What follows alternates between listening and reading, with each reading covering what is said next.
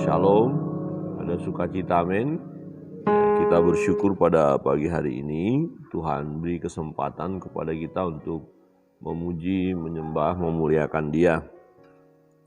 Pembacaan firman Tuhan dalam Yeremia pasal 6 ya, masih kita lanjutkan terus. Kemarin kita melihat kebenaran firman Tuhan dari pasal yang ke-5. Nah, inti berita masih sama, bagaimana Tuhan akan memberi hukuman kepada umat ini karena memang dosa-dosa mereka ya, karena kesalahan mereka. Tetapi sebenarnya Tuhan mau supaya mereka bertobat. Ya, Tuhan mau supaya mereka kembali. Dan Tuhan tidak menghendaki supaya semua umat itu binasa habis ya. Nah, di dalam ayat yang berikut, di ayat yang ke-8, Tuhan berbicara begini, ayat 8, terimalah penghajaran, ya, ini dihajar ya, penghajaran ya, hai Yerusalem, supaya aku jangan menarik diri daripadamu, supaya aku jangan membuat engkau sunyi sepi menjadi negeri yang tidak berpenduduk. Jadi Tuhan mau menghajar umat itu, ya, supaya jangan Tuhan meninggalkan. Artinya begini, kalau Tuhan membiarkan umat itu, berarti umat itu berada di dalam perbuatan yang jahat. Ya, mereka tidak akan bertobat. Nah, orang-orang yang melakukan hal yang jahat, maka Tuhan akan tinggalkan. Nah, kalau Tuhan tinggalkan, berarti ya umat itu akan mengalami kehancuran ya, akan binasa semuanya. Ya, karena upah dosa adalah maut ya. Akhir dari kejahatan mereka akan membawa mereka kepada kebinasaan. Tetapi Tuhan mau hajar mereka.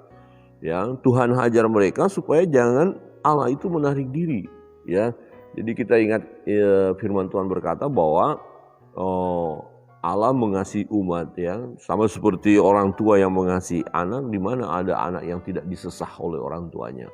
Nah, ketika orang tua melakukan kesalahan, anak melakukan kesalahan, orang tua tidak tinggal diam, disesah, dihajar. Ya, didisiplin ya.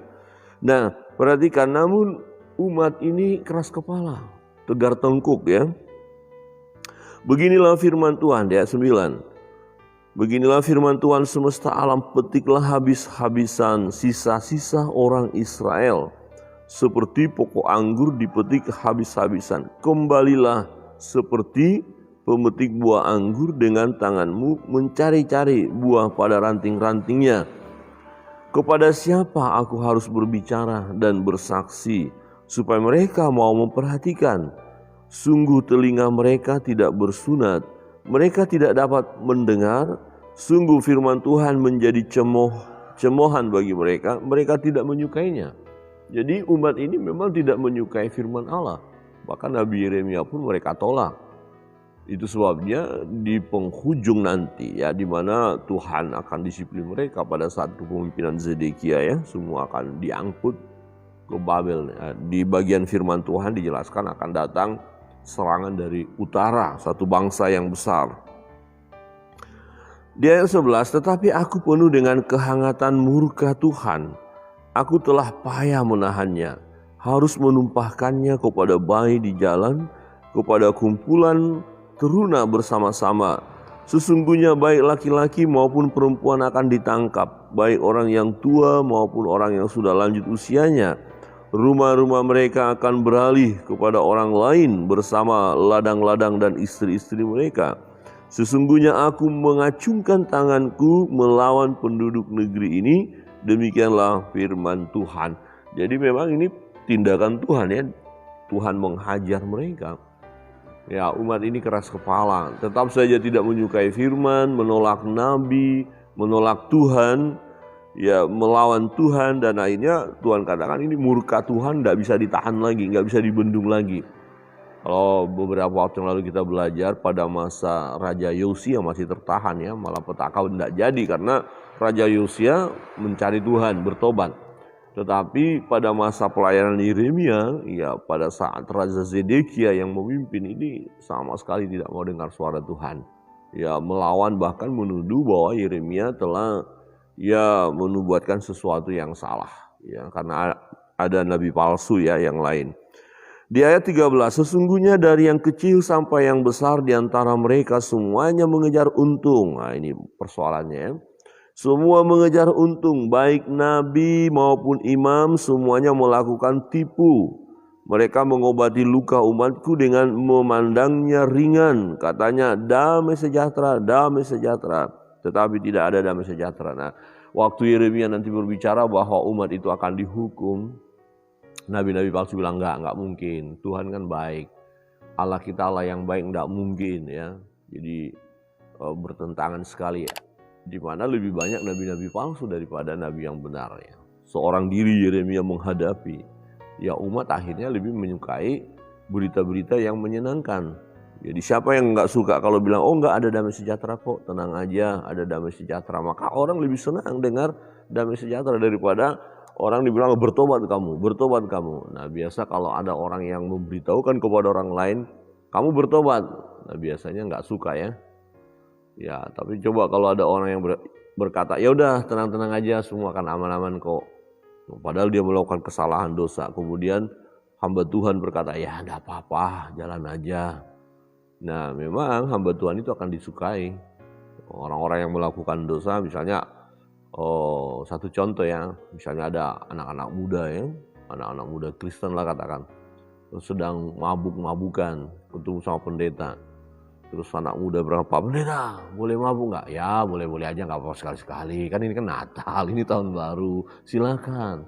Nah anak-anak muda itu akan senang. Tapi coba kalau ada pendeta, bertobat, berhenti minum. Wah nggak disukain, pendetanya nggak disukain. Nah, Allah Pak Pendeta ini sekali setahun aja kok nggak boleh sih. Nah jadi di sini kadang-kadang ya kedudukan kita mau menyatakan kebenaran atau mau kompromi. Nah nabi-nabi palsu kompromi ya, tapi Yeremia tidak mau. Itu sebabnya Yeremia dibenci bahkan hendak dibunuh ya. Nah pada waktu itu nabi-nabi akan berkata, hamba-hamba Tuhan akan berkata, damai sejahtera. Padahal nggak ada damai sejahtera. Yeremia berkata, tidak, ini akan ada penghukuman. Tapi mereka lebih mendengar nabi-nabi palsu. Di ayat 15, seharusnya mereka merasa malu sebab mereka melakukan kejijikan. Tetapi mereka sama sekali tidak merasa malu dan tidak kenal noda mereka. Sebab itu mereka akan rebah di antara orang-orang yang rebah. Mereka akan tersandung jatuh pada waktu aku menghukum mereka, firman Tuhan.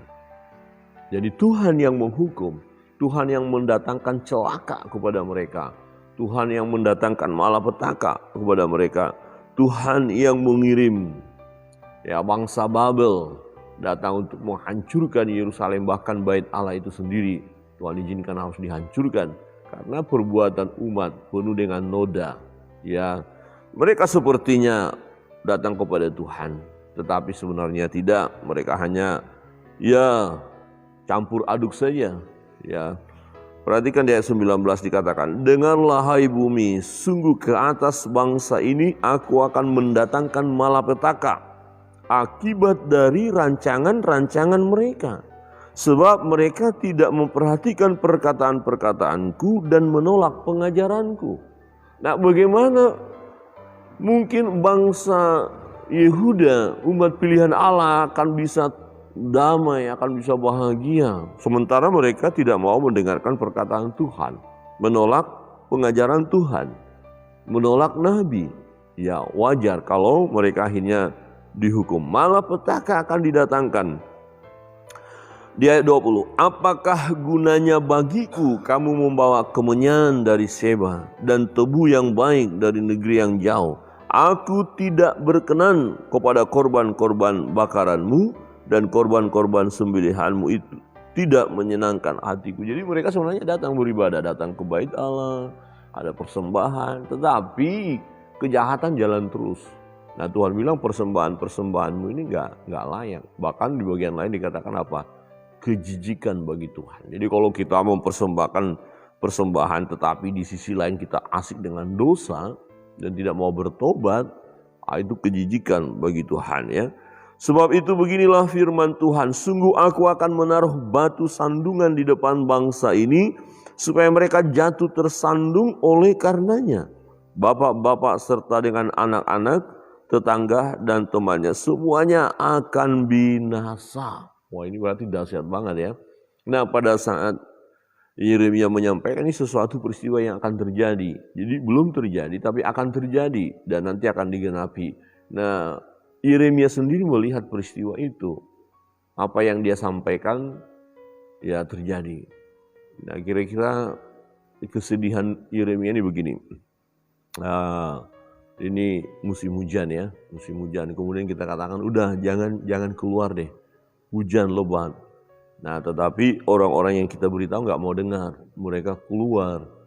Nah, Yeremia gambarannya saja ya, sepertinya melihat kalau kalian nanti keluar, nanti ada pohon besar tumbang dan pas kalian ada di bawah, maka kalian akan tertimpa. Nah, tetapi ya orang-orang ini nggak mau dengar, ya akhirnya keluar.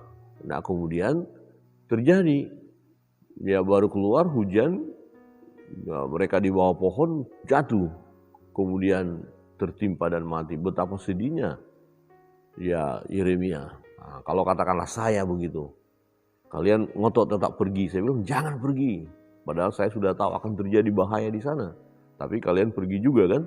Akhirnya setelah kejadian saya tahu bahwa benar seperti yang saya lihat ya, atau penglihatan lah atau pengertian yang Tuhan beri kepada saya. Akhirnya saya sedih. Aduh, sudah saya bilang jangan, tapi tetap saja pergi ya, mau bilang apa ya. Jadi umat ini akhirnya nanti memang mengalami kehancuran. Di ayat 27 ini tugas Yeremia tidak gampang, tapi dia harus melakukan tugas itu. Aku telah mengangkat engkau di antara umatku sebagai penguji. Engkau harus tahu bagaimana menyelidikinya dan harus menguji tingkah langkah mereka. Semua mereka adalah pendurhaka belaka, berjalan kian kemari sebagai pemfitnah. Sekaliannya mereka berlaku busuk. Jadi kejahatan yang luar biasa. Ini merupakan puncak kejahatan umat Yehuda di masa kepemimpinan Zedekia. Jadi tidak bisa dielak lagi hukuman itu ya. Nah, ayat terakhir, ayat 30 dikatakan, sebutkanlah mereka perak yang ditolak sebab Tuhan telah menolak mereka. Nah, Tuhan yang menolak mereka. Bapak Ibu Saudara yang terkasih dalam Tuhan. Nah, kebenaran firman Tuhan pagi hari ini mengingatkan kita supaya kita mau dengar suara Tuhan. Dengarkan suara Tuhan, jangan menolak pengajaran. Dan kalaupun toh akhirnya karena dosa-dosa yang kita lakukan kita dihajar oleh Tuhan, itu jauh lebih baik daripada Tuhan tinggalkan kita. Jadi kalau Tuhan hajar kita, ya responi dengan positif. Jangan sudah dihajar melawan lagi, dihajar melawan lagi. Ya, umat ini seperti itu. Sudah dihajar melawan lagi. Dihajar melawan lagi. Waduh, keras kepala banget ya. Nah, ada seseorang ya ketika dia mendapatkan kecelakaan karena memang ya dia kesalahannya, dia bilang, aduh Tuhan hajar saya mau bertobat. Tapi setelah itu dia bikin lagi masalah. Nah, satu contoh lah ya, ada ini kisah anak muda yang mabuk, bawa motor jatuh, luka-luka. Waktu luka-luka dia bilang, ampuni saya Tuhan, saya tidak akan mabuk lagi. Setelah sembuh lukanya, beberapa bulan berikut ada yang nawarin dia minum-minum lagi, ya minum lagi. Ya jatuh lagi, dihajar lagi, minum lagi. Nah terakhir jatuh lagi dan selesai selama-lamanya. Ayo, innalillahi wa innani rojiun. Terus siapa yang mau disalahkan? Tuhan. Peka dong dengan hajaran Tuhan ya. Tuhan sudah disiplin, artinya bersyukur. Terima kasih Tuhan. Tuhan menghajar saya, memang saya melakukan kesalahan dosa. Ampuni saya Tuhan, saya mau bertobat. Kan begitu. Nah semestinya begitu, jangan mengeraskan hati. Kebenaran firman Tuhan, mari kita dengar. Dengarkan firman Tuhan. Jangan membangkang, jangan mengeraskan hati, jangan menjadi pendurhaka. Sebab jika Tuhan sudah bertindak, kita nggak bisa menghindar. Kemana kita lari? Menjauh dari rohnya. Dia tahu segalanya. Untuk itu, bertobat lebih awal, jauh lebih baik daripada menunda-nunda, di mana akhirnya lebih banyak mengalami penderitaan ya. Jadi kuncinya ada pada kita. Mari Bapak Ibu jemaat Tuhan, sudah tinggalkanlah perbuatan-perbuatan yang tidak benar itu. Kalau Tuhan sudah pernah menghajar kita, ya terima itu dan supaya kita bertobat sehingga Tuhan tidak meninggalkan kita. Tuhan Yesus memberkati kita sekalian.